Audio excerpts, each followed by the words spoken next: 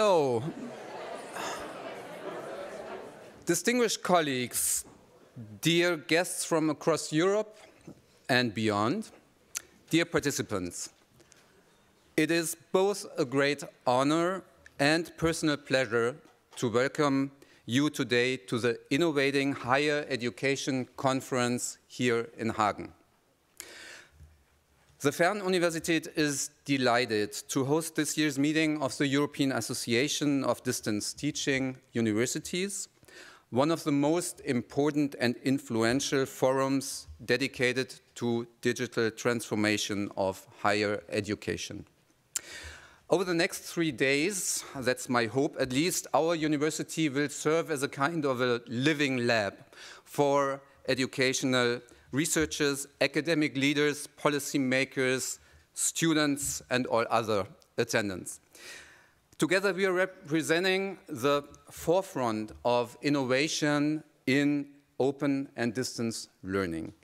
It is inspiring from this perspective to see such a diverse and committed group come together to explore a shared vision that is with us for quite some time, but is renewed every time we meet, to make higher education more inclusive, adaptive, and also more impactful for society. This year's conference theme, Rethinking Higher Education, Engage, Adapt, and Include, reflects the challenges and opportunities we face as universities all over Europe. Adapt. We live in a time of rapid and disruptive technological changes. Digital technologies like AI and data analytics are reshaping not only the ways we learn and we study and we teach, but also how we collaborate and engage with society. Include. We also live in a time of profound demographic transformations. And with it comes a responsibility to open the doors of higher education even wider than ever before. Welcoming new student groups, just to give an example, first-generation refugee students, to open the door for them into the higher education system is not just a strategic goal, it is a social imperative. It is challenging too. It challenges us to rethink how we structure our support, how we structure access, and how flexible we can actually be as higher education institutions. And it reminds us, inclusion is not just a trend for some specific time. It is a core value for modern and open universities. Engage. We also live, and we all know that, and we feel it, in politically challenging times. Times in which extremism, authoritarianism, polarization are no longer some far and distant threats. They are looming around the corner and they are present all over Europe. And more than that, we are also witnessing unprecedented attacks on science itself, even on our colleagues, on the integrity of our total academic system. This makes our role as universities even more important than ever before. We must not remain neutral observers. We must engage. We must stand up for academic freedom, for democratic values, and for the power of knowledge that has the power to unite us rather than divide. During this conference, yeah, I appreciate it. Some others probably won't, but I appreciate it. During this conference, we will discuss pressing social issues, crucial topic along these lines. So the scientifically informed and reflected use of AI in teaching, research, and also academic administrative processes. Personalized learning pathways and the ever-theme micro-credentials that empower individuals to pursue their own personal learning and educational journeys. New forms of digital certification that demonstrate future skills and support employability. And last but not least, the European perspective that is more important than ever.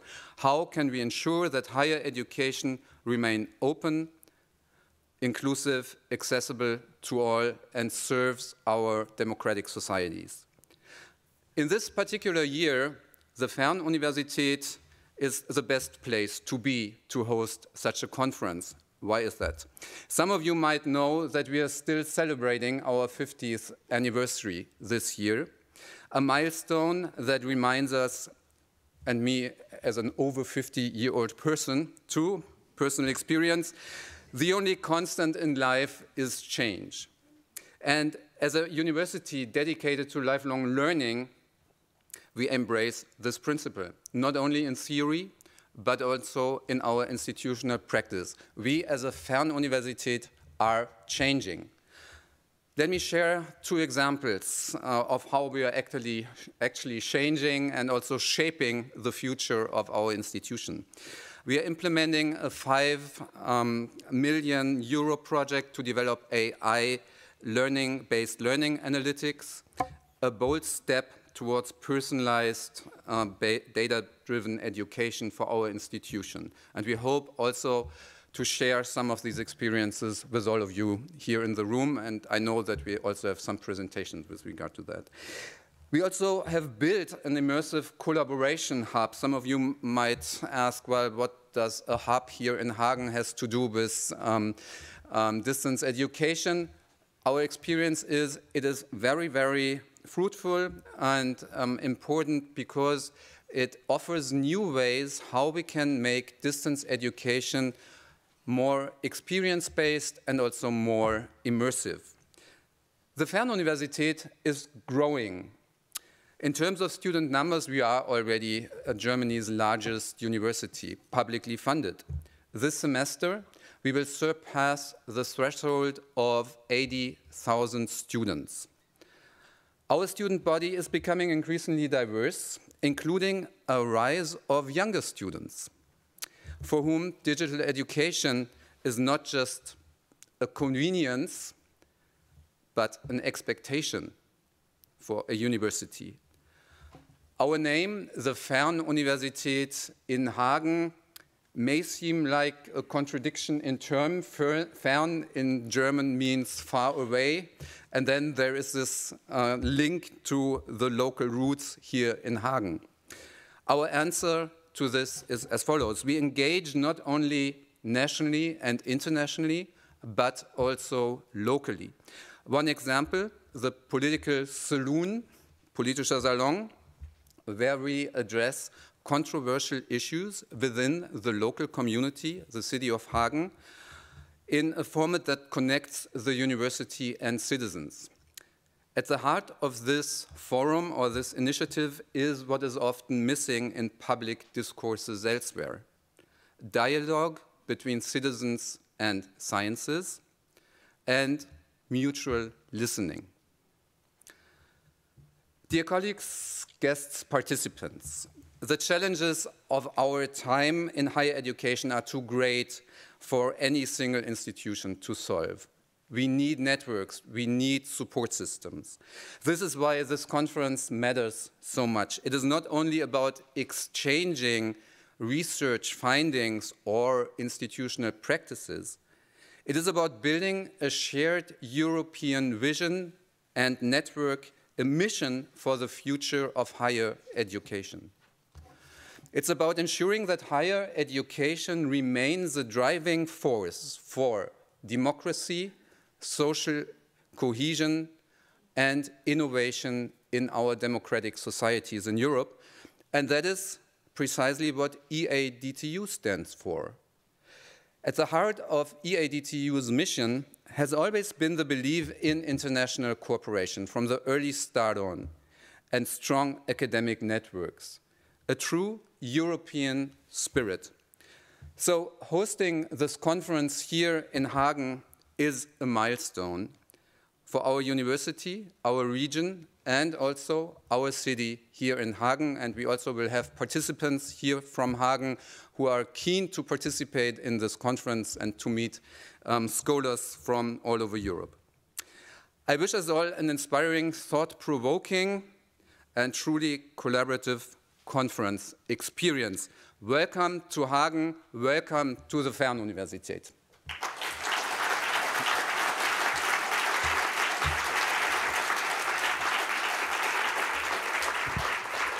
And now I hand over to Theo Bastiaens. And Theo, I don't want to take your manuscript and take my own. Luckily, he didn't take my glasses too, because. Okay. So, meine lieben Damen und Herren, ladies and gentlemen, distinguished guests and fellow educators, it's a true pleasure to welcome you to our Higher Education Conference 2025. And for me personally, it's good to be back in Hagen, because my heart will always be partly FernUni blue, you know that. We are especially honored to be hosted by the FernUniversität in Hagen, an institution that has been pioneering distance and digital higher education long before it became fashionable, more than 50 years ago. And in fact, FernUni has been innovating at scale for decades. The rest of us are just trying to keep up.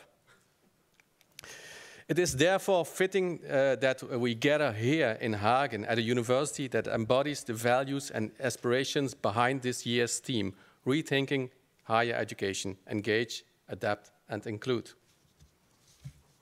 Bona tarda a tothom, buenas tardes, good afternoon.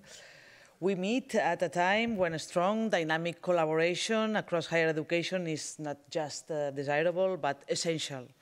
Whether we are policymakers, researchers, educators, or digital learning specialists, it's our collective capacity that allows transformation to take root and flourish.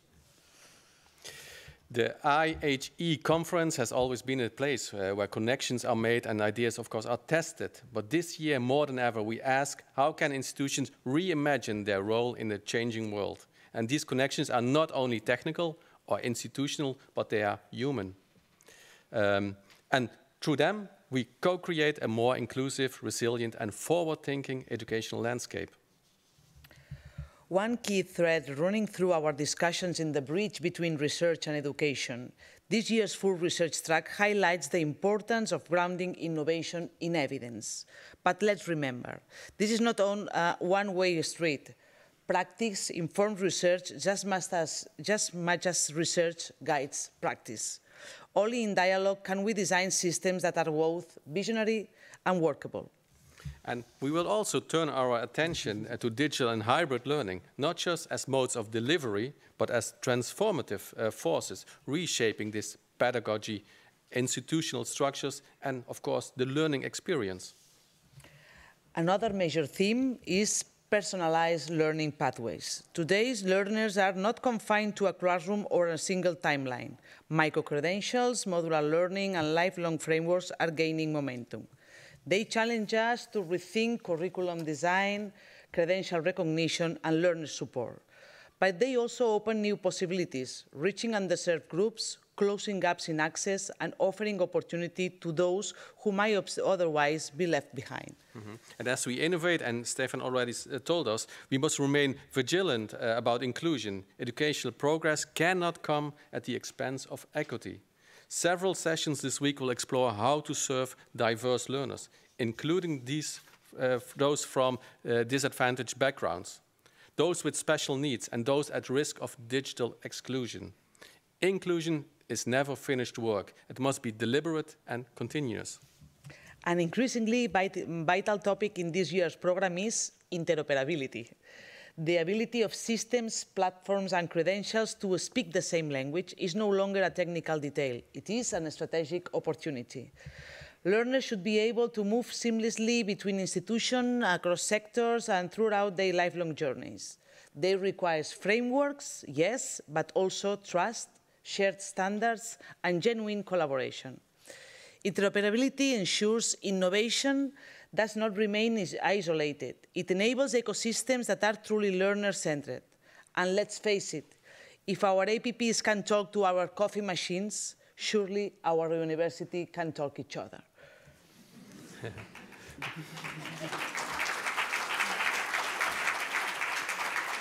And finally, let us not lose sight of the human dimension of learning. Flexibility, personalization, and digital access mean little if learners are overwhelmed, disconnected, or unsupported. Mental well-being and belonging are essential for success. As we explore the latest tools and frameworks, let's keep asking, are we creating environments where people, students, and educators alike can thrive? So, as we begin these days of keynotes, panels, and collaboration, I encourage each of you to engage fully, challenge assumptions, and most importantly, connect. Seek our new partnerships, share your experience, and listen for the insights that might reshape your thinking. The IHE 2025 conference is not just an event. It's a meeting point for the future of education, a future that is more inclusive, more adaptive, and more engaged than ever before. Thank you, and welcome to our EADTU conference.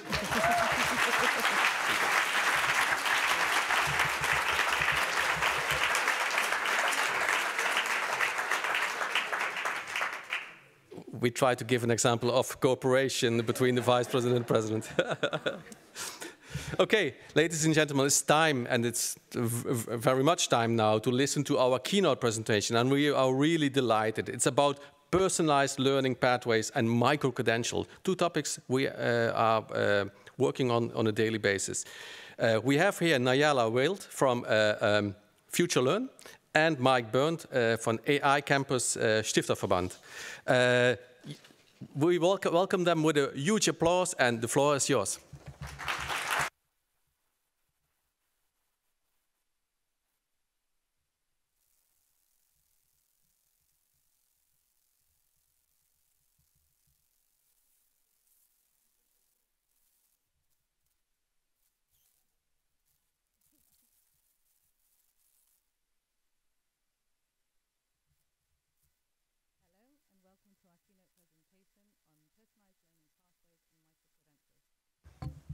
My name is Nayeli Wild, Vice President of Strategy for FutureLearn, and I'm joined here by Mike Bernd. I'm from Stifterverband. We are developing the AI Campus. You are going to hear more about in the next upcoming minutes or hour from Stifterverband in Berlin, Germany.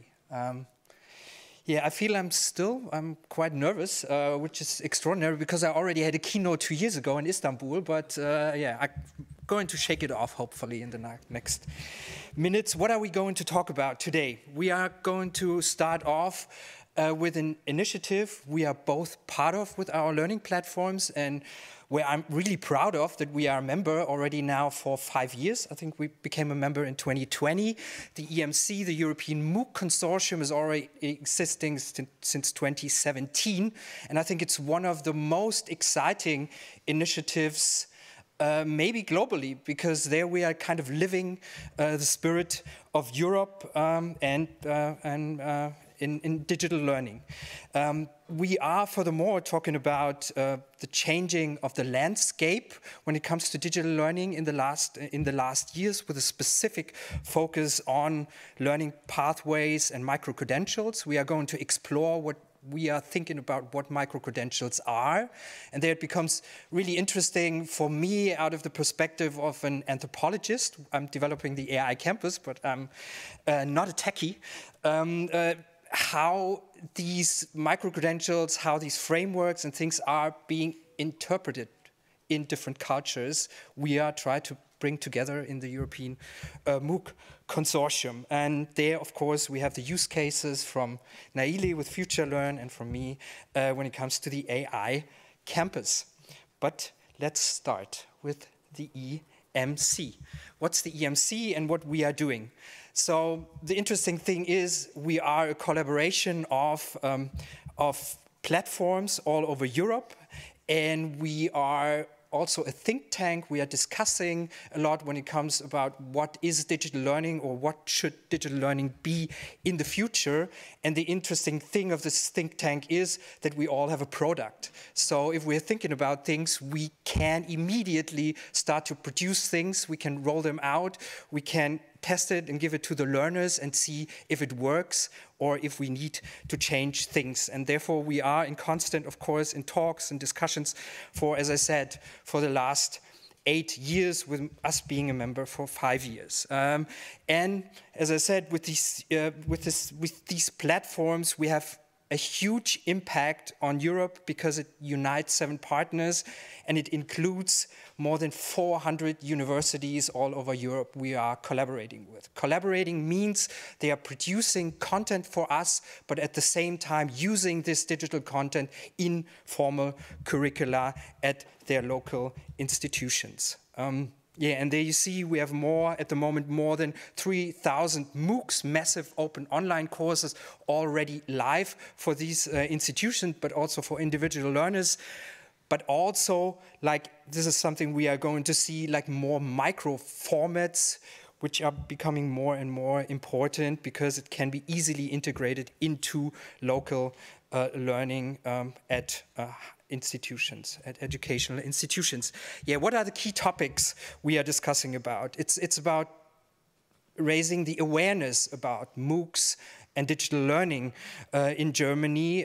We try to influence with concept papers, with frameworks, policy influence makers, and institutional strategies. A huge part of what we are doing is about thinking about quality assurance. So how should digital learning be, that it can be integrated into formal curricula, into formal learning, but that it also can be used for individual learners, that it's kind of entertaining, that it's fun, because a great thing, a great challenge we are facing when we are talking about digital learning is the so-called dropout rates or dropout we are constantly working on, that we are becoming better and better when we are thinking and developing our product.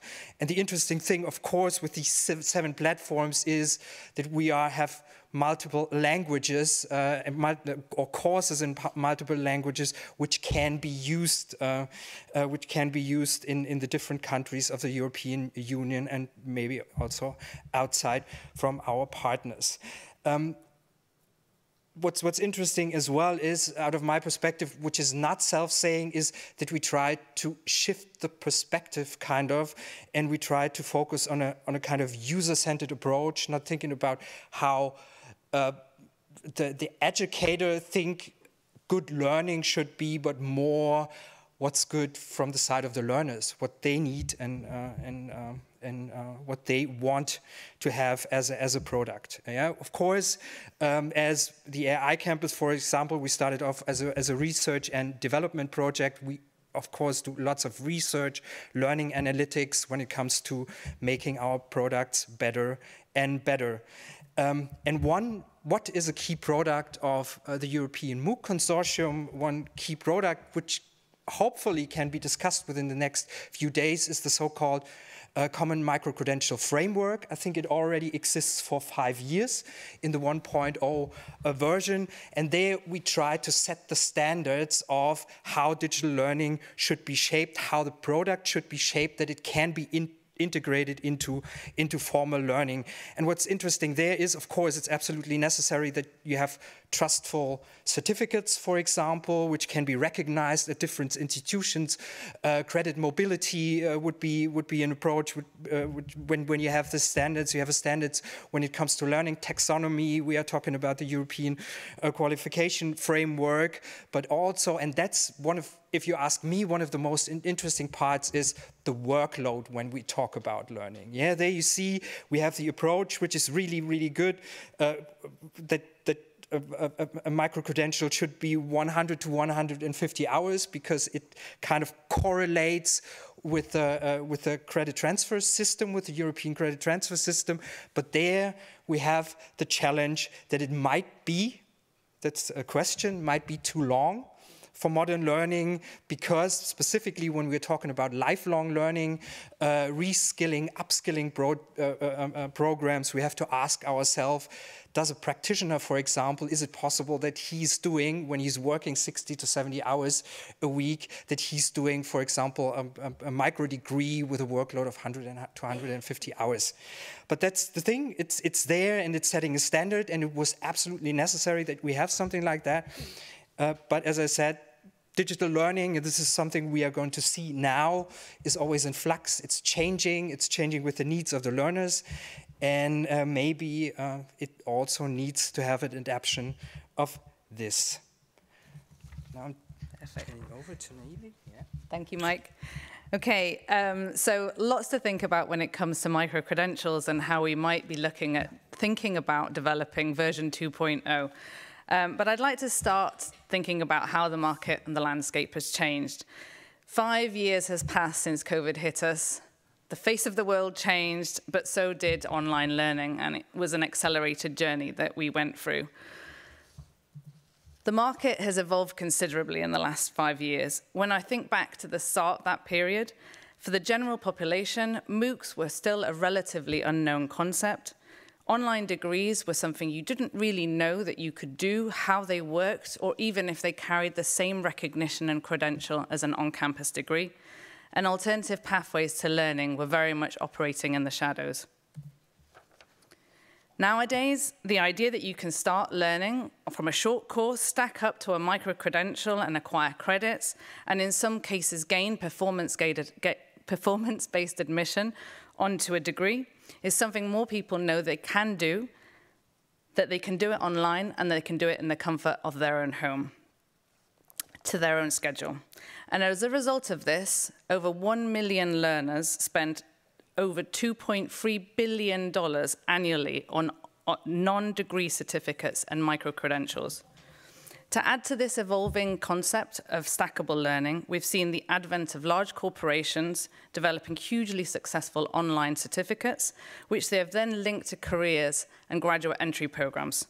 Some of these carry credit and recognition of prior learning onto degrees, and when they've been done well, we know that 10% of learners on an online degree cohort have probably come from an industry certificate. So there's a lot of choice out there for students and a lot of competition for educators. And if that weren't all, with the increased acceptance of online learning around the world came not only the desire for international universities to develop their own online learning programs and degrees, but governments started to officially recognize these programs and fund them as a valid part of their national degree program. This not only opened up cross-market collaboration and consequently more competition, but it also gave way to a plethora of reputable degrees by high-ranking regional universities and a growing acceptance of shorter forms of online skills-based learning to complement traditional formal pathways. We need to evolve to stay ahead. According to Holon IQ, the USA has already seen a sharp increase in the rise of non-degree credentials, and it's estimated that these types of learning will be the most conferred award in US higher education over the next 10 years. But what really is a microcredential? Whilst many have tried to pin down an official meaning to this form of learning, such as the European MOOC Consortium have done, there is yet no global agreed standard to what this type of program is, and we're still debating about how it can be used effectively. We'd like to give you two perspectives from our respective organizations, AI Campus and FutureLearn, on how we're employing microcredentials and personalized learning pathways, and open up this debate and discussion during the conference. Over to you, Mike. Thank you. Yeah, I'd like to start off a bit how we are shaping our product and how we are started off and what's important to us when we are when we are developing our product. So the AI Campus started off in 2019 in the year of the so-called German AI strategy, being fully funded by the German Ministry for Education and Research. So therefore we decided, and we gave us a really broad vision back then. So just remember or remind that it was 2 years before the ChatGPT moment, or 3 years before the ChatGPT moment. So we started off more or less completely. We didn't know in which topic fields and which domains, how deep we want to go in when it comes to the AI. But what was absolutely clear to us that we want to be as broad as possible. So for us, it was really important to say we wanted to be with all of our content completely open source and our learning ecosystem. It doesn't matter if we are talking about the learning management system or the Gen AI chatbot we are using it's completely open code, which can be used and adapted. And we see this, that we have like R&D projects coming after us, really copying our ecosystems as well. And we are collaborating with higher education institutions on each level. So for example, what's really interesting is that our learning management system is being hosted by the FernUniversität in Hagen. So we are really working closely together, developing jointly our product. So everything is free and openly licensed. The only thing we would like to have from educators, from learners who are using us, that they stick with the license. So it has to stay open. So we don't see any sort of competition situation because we see there's this huge challenge, specifically with the AI Act coming into play as well, that we bring open learning when it comes to AI into the European societies. So, and therefore we try that our content is being integrated into the full educational chain. So really started in schools, going to higher education institutions, and then of course collaborating, for example, with federal or state medical chambers, that it comes into further in and upskilling scenarios as well. And the best thing, of course, that it's being integrated into structured scenarios like formal curricula, that you have a sustainable use of the content, and at the same time that we have a constant feedback to make the product better and better out of the perspective of the persons, of the stakeholders who are using our content. And it's now being used, as you see in the entire chain, as I said, educational stakeholders, of course, they are our key target groups, so lecturers, professors as multipliers, but of course also students, and then companies and the broad society. We are collaborating at the moment with more than 60 partners when it comes to content development, but of course, like I think we are at about like 130 higher education institutions using us in curricula, and we don't have that many courses, if you see. Yeah? We have 100 courses, and that's really a decision that we are not going the way, for example, like Coursera or edX is doing, that they quite soon had like more than 1,000 courses. For us, it's kind of important to keep the portfolio kind of tight and really work intensely on the quality assurance, that it exactly that it fulfills the quality standards we have, for example, in the CMF. And therefore, yeah, we are working together, as you see, not only with universities like the TU Munich, for example, or the Humboldt University in Berlin, or the FernUniversität in Hagen, but also with foundations, with initiatives like AI for Democracy, where we're working on like topics when it comes to really like to fake news and stuff like that being produced like by AI systems. Maybe a few facts and figures here. So at the moment we have like about 45,000 issued certificate and badges. Over here as well, it's really important to us that we are not issue like hundreds and hundreds of thousands of certificates. For us, it's really being important that these certificates are being recognized in some sort of scenarios, so that you really get, or the students are getting credits for AI Campus certificates. That's why we're having like lots of collaborative certificates with higher education institutions, but that it's also be recognized by employers, and or as I said, like federal police, for example, we are collaborating with, or ministries as well.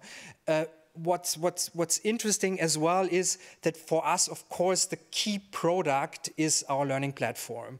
But I used to work at a university in Shanghai for 5 years, and they were developing something, they called it a smart learning environment. And to them, it's really important that the learners not just have to come to the learning, but that the learning is also coming to the learners. So basically that the learning is being integrated into software, into applications which are in everyday use. This is why we are also, for example, are on TikTok, why we are on YouTube. We are at the moment developing also like longer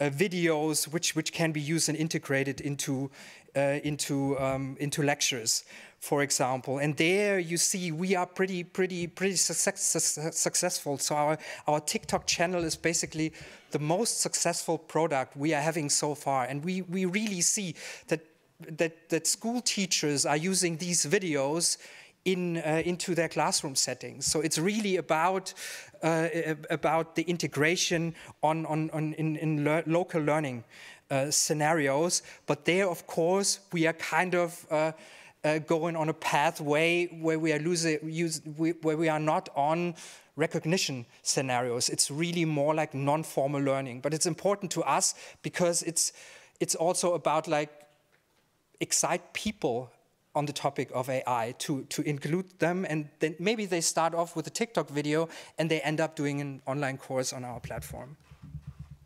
Yeah. When it comes to the key product of the AI campus, we really started off like closely having, of course, the micro-credential framework in mind, and we produce like huge courses or micro-degrees, course specialization. For example, what you can see over here, automated machine learning with a workload of 112 hours, which could completely integrate it into a formal curricula. And then, for example, you can get 4 to 5 credits if it's integrated there as kind of substitution, as a substitution for a lecture. We see that this is happening. For example, we created with this use case one of the first lectures on AI in medicine together with the Universität in Basel in Switzerland. We started off in Switzerland 5 years ago because the Germans, they weren't that far at the moment. They said AI is not a topic which should be integrated into the medical, in medical study programs. Now they are seeing it differently. We now have like 2 more universities in the federal state of Baden-Württemberg, in Ulm and Freiburg, who are using it us more or less in the same way, and not so far from here at the RWTH Technical University in Aachen as well. But what we see more is really that lecturers are taking like bits and pieces, chunks out of our courses and integrate it into their learning. And this was pretty interesting to us. And this we also did in collaboration with the FernUniversität in Hagen. We developed a second platform, basically, which isn't public, exactly for this purpose. So basically, lecturers can use our content and basically put it and bring it together out of our portfolio and building their own product. And with an LTI integration, so with a single sign-on, they have the possibility to use our platform fully integrated. So this is a product which really came out of this need we saw in the last 5 years. And then we saw specifically since the ChatGPT moment, and more specifically like the AI Act coming into effect, that we need even publicly shorter learning pathways. And therefore you see there we're talking about the public administration. We now have more and more courses, not with a workload of 50, 70 or 100 hours, but more and more courses which are more modular, which are stackable, which are between 3 and 5 hours, which can be easily done,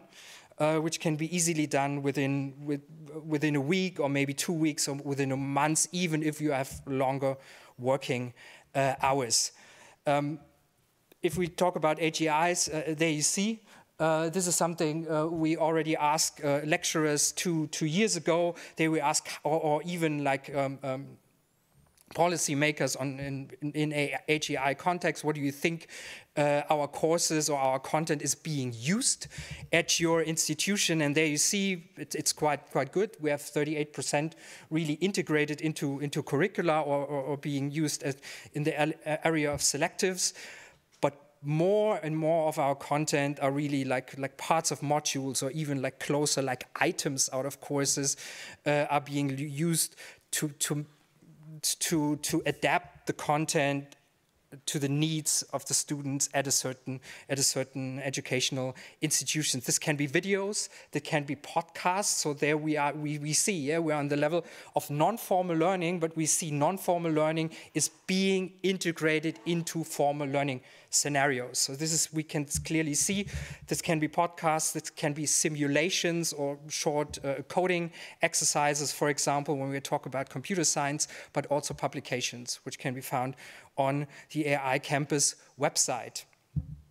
And now, I already said, a really interesting thing coming into play or came into effect, it's the so-called Article 4 of the AI Act. It's into effect since February this year, and this makes it mandatory as soon as you are a provider of AI.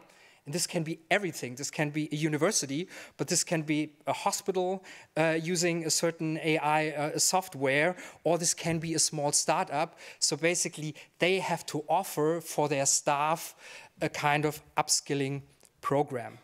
And this correlates with a survey we did with our member companies of the Stifterverband last year, that they see a really high demand as well, that they needs to have upskilling programs. And in this context, we saw that it really needs, apart from our, I would say, traditional approach of developing our online courses, it needs to have shorter pathways. And this is something we are developing in every topic field. It doesn't matter if it's school or education, medicine, public administration. We are developing in each topic field, so to fulfill these needs. And what's important there as well, there we create the most quantitatively recognition scenarios of micro-credentials as well, because they need it on a formal level. When we are talking about a ministry, for example, which needs to upskill their staff, they need to have some sort of certificate, a way of documentation where they can see if the employee really has to do this upskilling program. And in this context, we see the recognition scenario, and also we are, for example, being recommended by the Federal Net Agency in Germany. These are basically, this is the institution who are monitoring if this article is being fulfilled. So they published a competence paper on AI 2 months ago, where the AI campus is really part of it. And this was really interesting or important of us, because we didn't know before, because they're, so to say, the framework for the recognition of these short learning pathways was out of nothing, like 4 months ago. 4 months ago there. And to this moment, we knew that it will come on February, but we didn't know that so many institutions, like in Germany and now even like in German-speaking Europe, are coming to us and say, we need you to get Article 4 covered. Maybe what's interesting, and there we really are on a cultural level, we see the central stakeholders, like within companies or universities, they see the high demand of these upskilling programs. But if you ask individual learners, if they really want to have this out of the perspective of companies, you see that the learners aren't really happy that they have to do these upskilling programs, but as we are speaking about Article 4, they have to do it now. And therefore, and this is what makes it really, really interesting, how do we build a product that they like it as well? So how could a product in future could be that it's not just another boring course the learner needs to do just to fulfill Article 4 of the AI Act, but something which can also be entertaining and which can change this perspective as well. Yeah, and then we'll hand over to Nayeli again. What does it mean when we are talking about the personalization of learning pathways, what we are offering at the moment? Of course, the institutions, the universities producing the content for us, they are building these specializations, these micro-degree programs. So it's kind of curated for them to the learner. And this is something I would say like our learners would trust in most of the ways, because they think, okay, if this from the Charité University Medicine in Berlin, this learning pathway as it is makes sense. As I said, we have the curation of content. There we use the platform as a service offering where lecturers or professors kind of curate the content for their students. And then that is something you see on the right side. We, of course, have a generative AI system, a chatbot, where you can also ask, yeah, I would like to become a data scientist, for example, which kind of courses can lead me to this path? And then it offers, it offers of courses, and it combines courses out of the data it has. The interesting thing is, when we ask our learner, they don't like it that much. They really prefer, if we ask them, what do you prefer, like the chatbot or the professor is curating the content for you? Well, I trust the professor. I don't trust the chatbot. It can, yeah, how do I know that it brings the data together or the algorithm that it brings the data together as I would like to have it? Yeah? And so we are working on this to make the systems better and better. But we have to work, of course, as well to make this product more trustful, that the learners are using it as well in the future. Because like we have like lots of over the support, like learners coming to us and asking us as well, like our content management team. But you can imagine with 120, 150,000 learners, we can't consult each individual what the best learning pathway would be. Thank you. Thank you. Okay, I'd like to give you a snapshot of how FutureLearn thinks about microcredentials and what we're doing about personalized learning pathways. But before I do so, I'd like to give you a little bit of context around FutureLearn in case you don't know. We began as a MOOC platform in 2012 and has since evolved our proposition, providing higher education services to partners worldwide, as well as partnering with prestigious universities, governments, and businesses.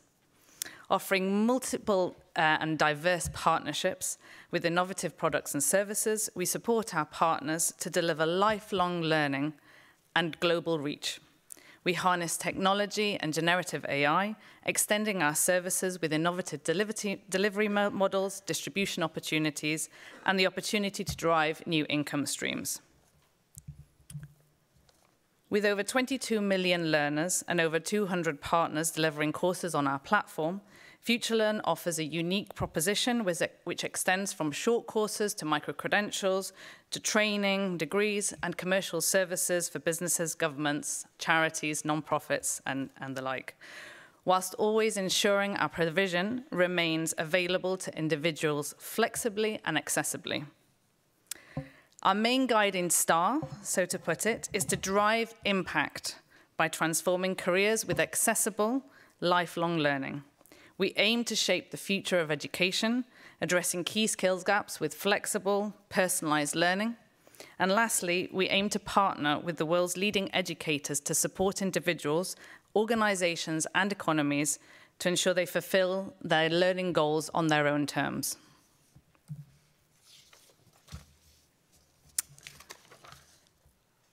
I want to start by putting into context the pivotal time of change that we're in. Due to the various macro trends we're seeing, it's anticipated that 170 million jobs are going to be created over the next 5 years. And this growth is expected to be offset by the displacement of 92 million current jobs, resulting in a net growth of 78 million jobs by 2030. Averaged across occupations, this structural labour market churn represents 22% of current employment. Now, with 22% of worker skills being disrupted over the next 5 years, there's a huge imperative for change and a huge imperative to help people upskill and reskill to meet the demands of this changing economy.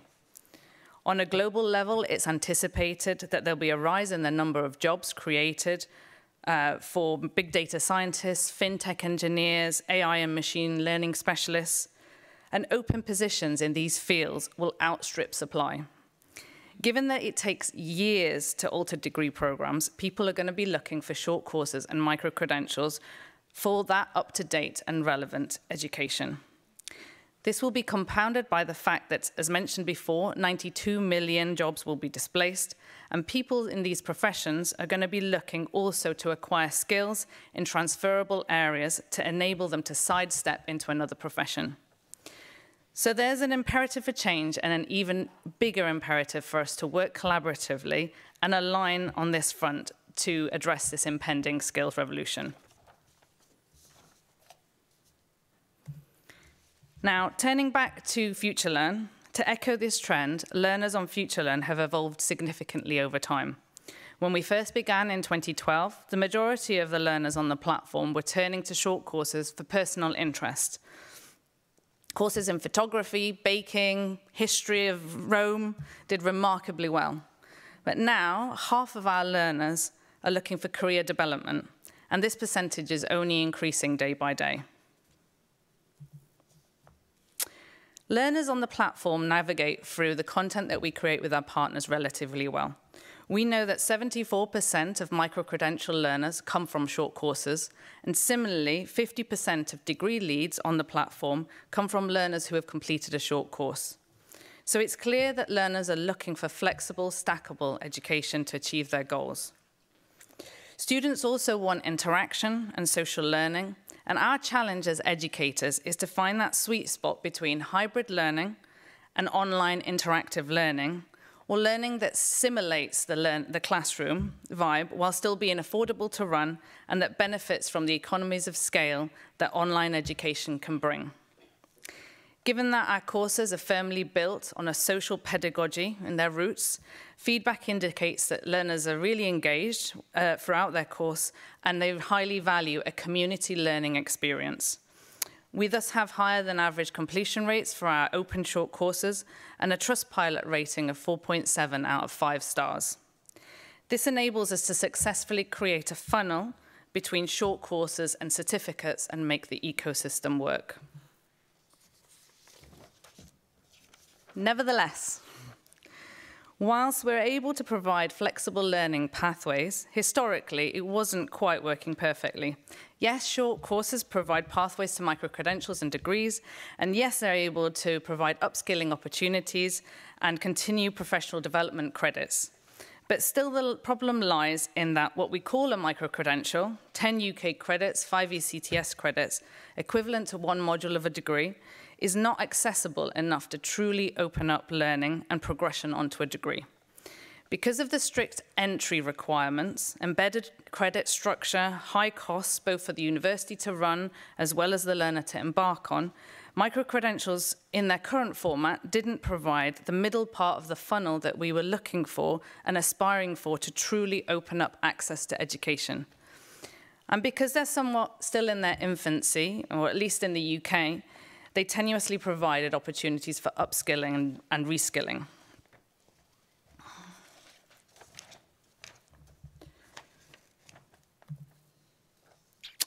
So diving deeper into the feedback we received from our learners currently undertaking micro-credentials and from our partners running them, under the existing micro-credential format, we hear that micro-credentials are expensive to run, given the synchronous nature of their format and the fact that they're running cohorts.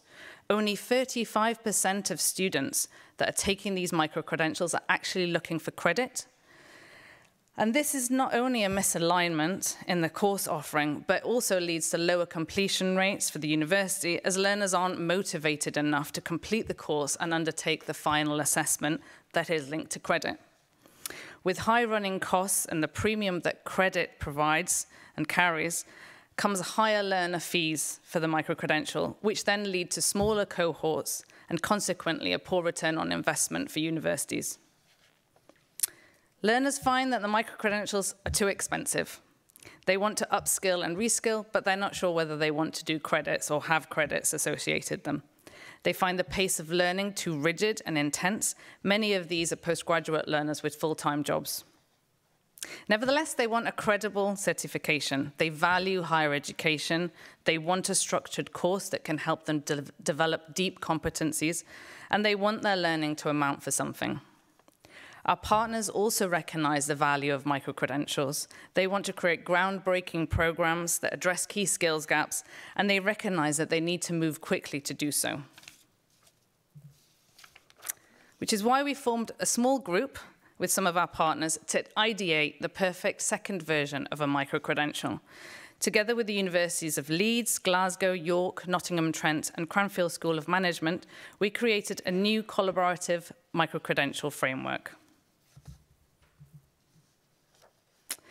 The new microcredential framework is designed to offer open access, flexible, high-quality postgraduate education to meet the needs of learners and employers.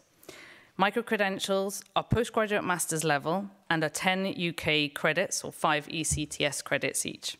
So we've kept that part of the structure the same. Whilst we have designed the courses to be 10 weeks long and 100 hours of learning, students can still take learning anytime, and they can learn asynchronously and at their own pace. Because of the consistent structure that we've created with our partners, course design and student experience, students can earn credits both onto the university providing that course and their programs, but also if partner universities can establish MOUs to create simple credit recognition processes, credits can be accumulated across institutions. To make the course build straightforward and consistent, we've built a course shell and a design structure on FutureLearn to aid our partners in creating this unified microcredential structure. And last but certainly not least, the new microcredentials have been designed in such a way that learners have the flexibility whether or not to choose and start from a non-credit bearing pathway or a credit bearing pathway. The beauty of this is twofold. In the first instance, the non-credit bearing route can be delivered asynchronously with computer-graded assessments, making it more affordable for the university, and thus can be offered to the student at a much lower price, facilitating that scale and the flexible learning that we're looking for. At a lower price point makes this also a viable option for learners mainly looking for a solid, competent-based education to upskill and reskill with a certificate of completion from a reputable institution. Secondly, students can then top up. They can then take the credit-bearing part of a microcredential, which carries tutor-graded assessment and is run by the university. At this point, learners are enrolled at the university, and because they followed the credit route, they are 100% more likely to complete their studies.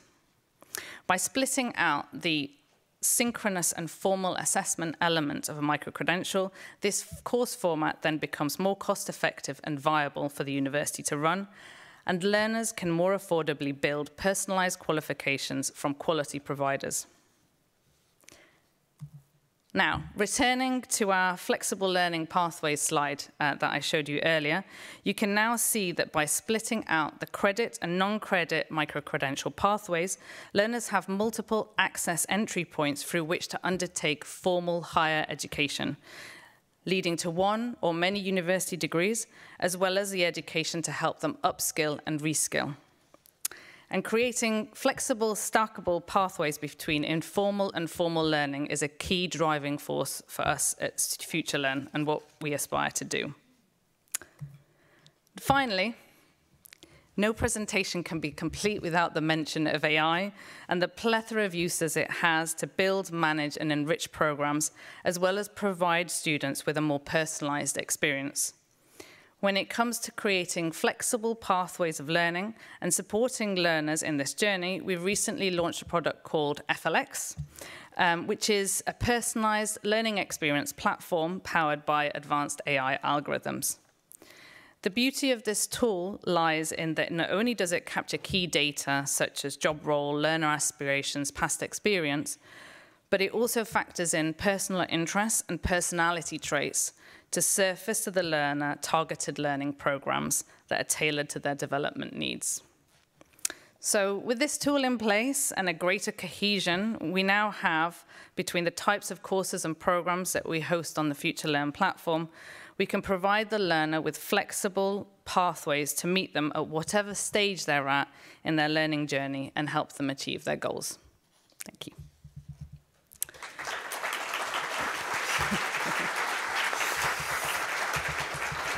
Do we have to? I think we may have a few minutes for discussion and question. Yeah? Okay. So Mike and I had a very interesting conversation when we were thinking about how to present this presentation and what we were going to talk about.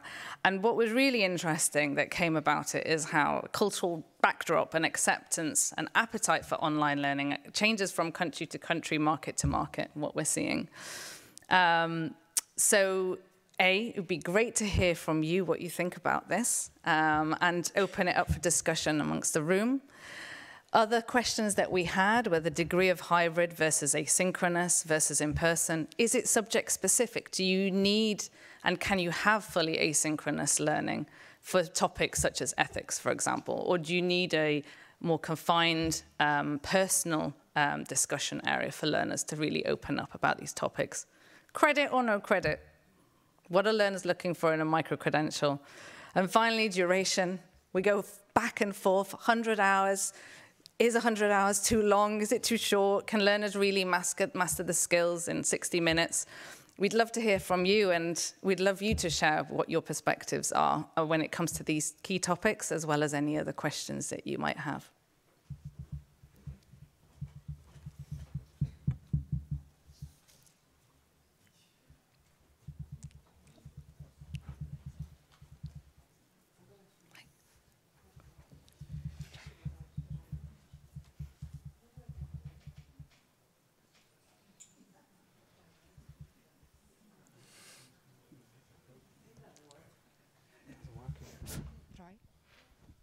Hi, hello. Diogo Casanova. Can you hear me? We can. Well, great. I'm only speaking to break the ice, really. Thank you. So I have a lot of observations to make and some very provocative comments you made during the presentation. The first one is obviously, I understand that and I'm not saying it's you, but for a lot of people, distance education only started after COVID, but we have an historical a big historical history of distance education in a lot of institutions that are here today. But I understand the rationale for that provocative statement, or at least I felt it as provocative. A second one is the designation of a microcredential. And I want to go back to the presentation. In terms of what is considered to be a microcredential, the durations of a microcredential, the recognition of a microcredential. For us, we have a huge project of microcredentials in Portugal, so I didn't say that, but I am representing the Open University of Portugal. We have a very big project which is currently funded by the government, so there is no issue of paying the microcredential. There is no concern about how much it costs. And there is also no concern about completion because, well, there is a concern about completion, but not from the student perspective, but more to the provider perspective. But the majority of concerns coming from the student is recognition, is what will happen to me after I get these credits coming from a microcredential. And I do think that credit is important, particularly if it's coming from a higher education background. Credit is our currency. Right, and therefore it's extremely important for us to be able to accredit or to recognize credits as a learning evidence. An interesting thing is that you were saying about 100 hours of learning, and I am in the same kind of framework of mind as you are. I agree that it has to be a smaller bunch of learning or section of learning, and these people are working and they don't have time to commit to 10, 20 ECTS. But it is interesting that from a higher education perspective, and I'm pushing this forward as a higher education manager, the discussion from our counterparts in the Portuguese context is moving from 100 hours, 106 hours, or 10 hours to more than that, and not to less than that. And I think this is an interesting question to discuss about some mismatch between how you are seeing microcredentials in this type of tools.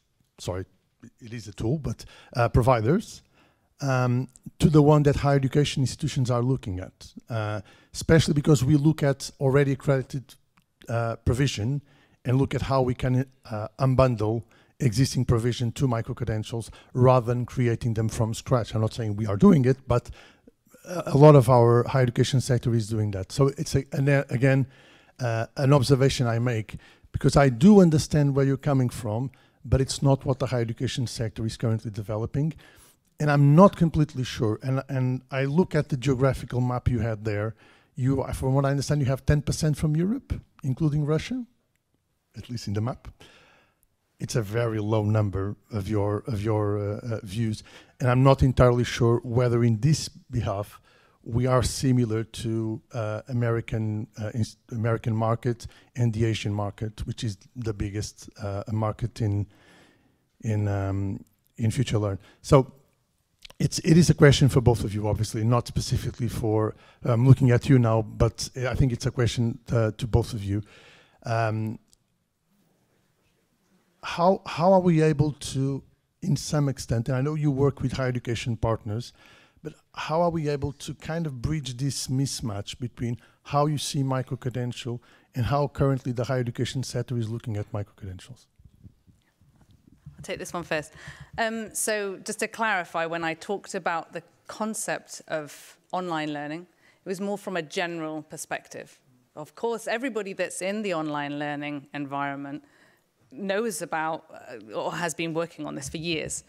But for the general population, it wasn't something that we knew about. I wasn't working in online learning before COVID hit. I didn't really know, honestly speaking, about all the different MOOCs. I'd heard about edX, but didn't really know how you could use those courses. And this is speaking from somebody that worked in the education sector, but not within online learning. So that was the kind of key point I was trying to make there. I think when it comes to microcredentials, the issue isn't so much coming from the university and the university sector. I think it's coming from the student. And when you don't have funding, and it's great to hear that Portugal has funding for microcredential programs, but when that funding isn't available, we need to think about what is the student thinking about the cost, how are they evaluating the program, why would they take a microcredential over all the other forms of learning that are out there to meet their requirements. And so I think it shouldn't be a one-size-fits-all. We can't do that, and it will change from country to country depending on what we have available or what students have available to them at their disposal. But we need to try and work towards a structure and a consistency that actually does provide some kind of level of accessibility where there isn't that funding available. Mike, do you have anything? Just maybe one thing about the workload, because I think that's also an interesting, we really highlighted it kind of in this presentation, but I think we also have to think about, because that's was happening as I came to China 13 years ago to work there, to really discuss how long does it really take, for example, to get to a certain competency, more like in the way of the constructive alignment. Yeah. So how long does it take that I'm becoming maybe an expert in Python programming? for example, and does it really fits into the curricula as we have them, for example, when it comes to computer science. So I think this is something we have to have a closer look at, and not just keeping, you know, the existing things we are having so far, because that was super interesting as we started to talk with about the study programs in Germany in medicine. As I said, as we went to Switzerland, because we saw the Germans weren't that far 5 years ago. And then they said, okay, you have an online course, it's 80 hours. We don't have a lecture, we don't have a professor in this field at the moment. We just take your online course and we try and we see in the end, do the students have the competency or not? And it was some sort of trial and error, and it kind of worked, yeah? And we now have the University Hospital in Ulm. They say, okay, we are not taking the entire course, we are just taking 40 hours of this course, and we edit or we integrate it into a lecture about AI and medicine. And they have now a workload within this lecture of 120 hours. So we see there, as you said, there's no one-fits-all solution. But I think specifically when it comes to this comparably new field of AI and competence development, we have to have a closer look at how long does it take until a student or a learner really get to the competencies we want to have them.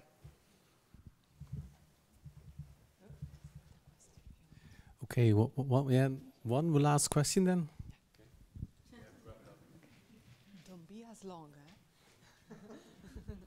Hello, I am here like a high school, a higher education student, but I am an in-person professor for online learning too, okay. But when I hear you about the microcredential, I thinking as a student, I thinking that the microcredential looks like a good idea, but I am thinking what I want in higher education. I want this degree. Maybe in the OpenEU program that there are a lot of university, maybe we can do something like you say that I study a microcredential in Hagen University and another in Wog University and complete a few of my old program degree. But if not, for the for a student in the university, I don't watch this microcredential so good idea, because we have to complete 240 credits, and if not, we have no degree. We are studying, we are working, we have a small time, but if the program of microcredential is not inside the degree program, maybe like an Erasmus, one university spend some credit or some microcredential, and I can end my education, then I am not sure that that is a good for a degree student. An interesting point. I think what we're trying to do is aspire for a different way of learning and how you might actually stack up to a degree. You know, you think that the degree is the only thing that you can do as that higher form, and actually we need to change. We need to enable a student to progress, to build on those learning experience and to have something bigger and better. And I think it's only when we do it together and we have this recognition, which exists in some parts, but it's buried inside the university's FAQs around quality assurance. The student can't find it, and the student doesn't know that they actually could potentially use that credit towards something bigger within that university. So I think we've got an opportunity to change, and it takes time to change, but it needs a uniform perspective as well. I totally agree. What does this tell us? In fact, it's a cry for flexibility. We are, as institutions in the higher educational framework, we are just too rigid. And society needs a different form and different approach for formal and informal learning. So you guys did a great job. Please give them a hand, our keynote speakers.